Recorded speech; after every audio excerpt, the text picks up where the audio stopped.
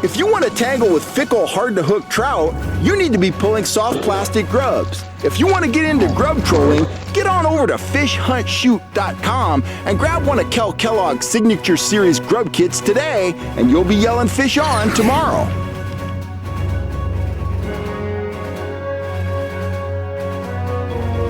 Howdy guys, Kel here.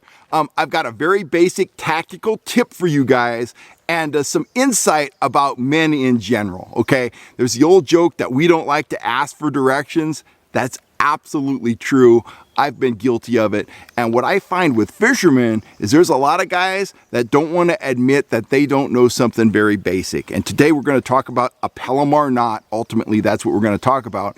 But 2 different times this week, I had guys out on my boat and they acted like they were very seasoned anglers, and it doesn't matter, you know, what level of angler you are when you come out with me. You could have been trout fishing for 50 years, or it could be your first ever trout fishing trip, whatever.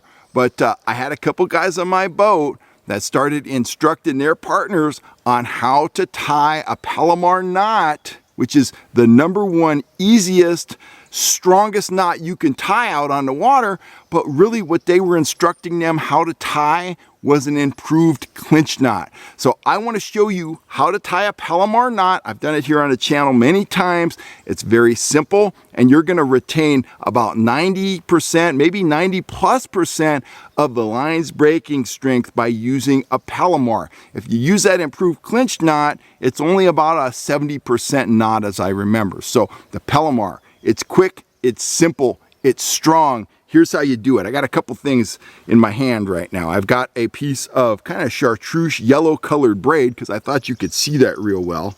And I have a swivel, just a swivel. So here's how you tie a Palomar knot. Take your line and double it over like that, okay? Take that doubled over line. And I got clumsy fingers this morning, but bear with me. This is a very simple knot. So take your doubled over line and slip it through whatever you want to tie on the end of your line. Could be a hook, could be a lure, it could be a, in this case, it could be a swivel. So there's that double line going through there. All you need to do at this point is just start tying a simple granny knot right there. I've gone through the granny. I've got the granny knot started. Now see this end of the doubled line right here, this part that forms a loop? Okay, once you tie the granny, take whatever object you want on the end of your line and drop it through that loop. Okay, kind of push that loop up, work the knot down. Don't just jerk it down like a caveman. Work on it a little bit. It's even easier to tie with mono. Always wet the knot. Spit works great. Start that knot down, ease it down. You can see it tighten up right there. Snug it off like so. Then, last things least, or I don't know what I'm trying to say. Last but least, you want to trim the tag end off.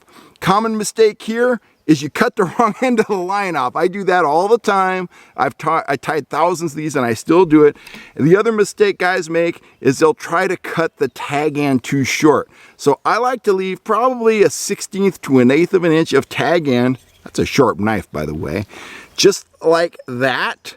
That is a perfectly tied Palomar knot, and you are ready to fish. That is the best, simplest knot you can tie. And attention to details means everything, guys. If you're out on the water and you feel a little fray in your line, cut that fray out. Take care of it then, because if you don't, that's when a big fish is going to strike. You're going to lose that fish. Same goes for knots. If you tie a knot and the knot doesn't come down perfectly, cut that knot off, start all over again. That's how you tie a Palomar knot. I'm Kel Kellogg. I'll catch you next time right here on YouTube.